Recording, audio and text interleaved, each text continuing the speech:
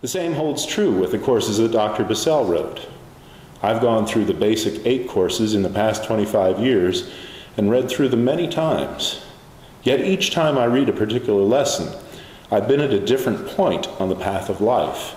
So each time I read that lesson, it has a different meaning to me. Whether you've read the courses or not, you've probably seen a movie more than once. And with each viewing, you learn something you didn't see or know previously, because with each viewing, your understanding changes as your mind expands its understanding of that story. Of course, keeping the mind active requires exercising the mind, thereby keeping it strong, just as you exercise your muscles to build them up and keep them strong. As I've heard many people say, they watch Jeopardy every day to keep their mind active. The same holds true for crossword puzzles, Sudoku, and all the other various puzzles found in the daily newspapers. Lots of people, especially seniors, play bridge to keep their minds sharp. I recall reading that if you're having trouble sleeping, you might try turning off the computer 2 hours before bedtime so as to calm the mind. Conversely, I've also heard that it's a good idea to do some mental calisthenics on the computer before you go to bed, just to sharpen the mind. So who knows what is right? You might try both approaches and see what works best for you. Last week in our advanced class, we were reading the lesson on disease and talking about the mind. And in talking about the mind, Dr. Bissell referred to the plasticity of the brain. Now we know Dr. Bissell wrote these courses, I believe, in the 1920s, and he spoke about the plasticity of the brain, and I may be incorrect, but I don't believe we had discovered or produced plastic as we know it at that point in time. Our local public television stations have been running programs about the plasticity of the brain as if it's a new discovery. Dr. Bissell says in Course 5, Lesson 5 on disease, in proportion to the plasticity of the mind, any one of us can be changed either for better or worse by the power of suggestion. And the suggestion which comes to us at a time when we are not ready to repel it is the most subtle and bears the greatest fruit. I suppose there is new interest in the plasticity of the brain because scientists are busy using magnetic resonance imaging cameras to record and understand brain activity, which hasn't previously been possible before. But we found it interesting in class that Dr. Bissell seemed to have an understanding of plasticity and the mentality way ahead of his time. We talked recently about how it takes people about 10,000 hours of study to become really proficient at a task. They say anyone can play basketball, but to be professional and get the big bucks, one has to accumulate about 10,000 hours of practice to really excel in his field. The point this morning is that whatever task you undertake to accomplish, you need to be prepared to work for it, and work hard. I heard it suggested recently that if you're one of the many thousands of people who were laid off in this recession, you had been working at your job for 8 hours each day, you should be spending at minimum 8 hours each day looking for work. If you're not having success finding employment, then you need to take a look at your circumstances and what's going on around you and see what you can do to make an income for yourself. Maybe you need to get some education, increase your talents in one way or another, learn another language, or take vocational courses. The fact is that you can improve your circumstances by using your brain. In spite of all the recent downturn in the stock market, there are still companies that are flourishing.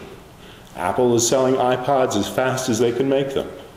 I visited Disneyland this past week, and the park seemed as crowded as ever, especially for a winter day. The recession may have affected a lot of people negatively, but the wait to get on the Indiana Jones ride is still at least an hour and much longer in the middle of the day. They may not be selling as much stuff as they'd like to, but they're still selling a good bit. Just remember that learning never stops. We went to school to learn how to learn. Certainly when I was in school, no one had ever heard of DOS or Windows, Yet many in my generation had to learn every iteration of those operating systems, and in theory, that learning process continues every time new technology is introduced. I've even noticed that those who so fiercely resisted learning how to turn on the computer in the past have managed to learn to read, print, and respond to email, much to their dismay, but there was a time when I thought it nearly impossible.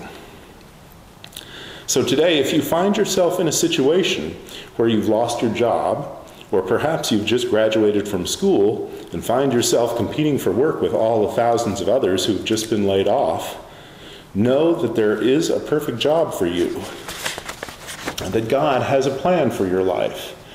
And it's just a matter of letting yourself work your way into the ideal job for you.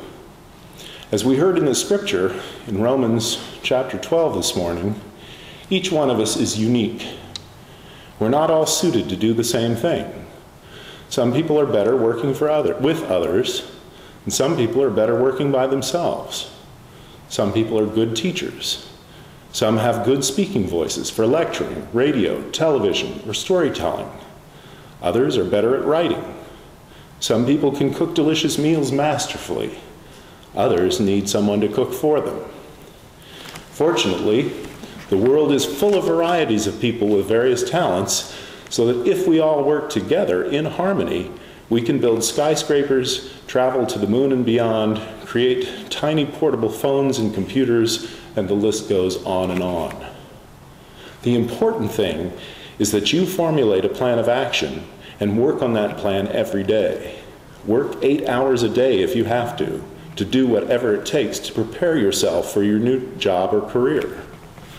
Whenever you get distracted, go into meditation, center yourself, and focus your attention to accomplish your goals. Nothing worth having comes easily. Work is always involved. You may look at people like Donald Trump and think that he's made all of his money without much effort. Nothing could be further from the truth. Those buildings don't get built by sitting around thinking about what might be nice or cool. Lots of time, work, and effort is involved. The beauty of your situation is that you are unique. There is no one else in the world with your experience and your array of talents. We're all unique like snowflakes. Use your talents to figure out what you can do to serve others. And by helping others, you'll find that your situation improves as well. That lesson isn't always apparent, but the law works that way even if you don't understand it. I suppose some might say God helps those who help themselves and others.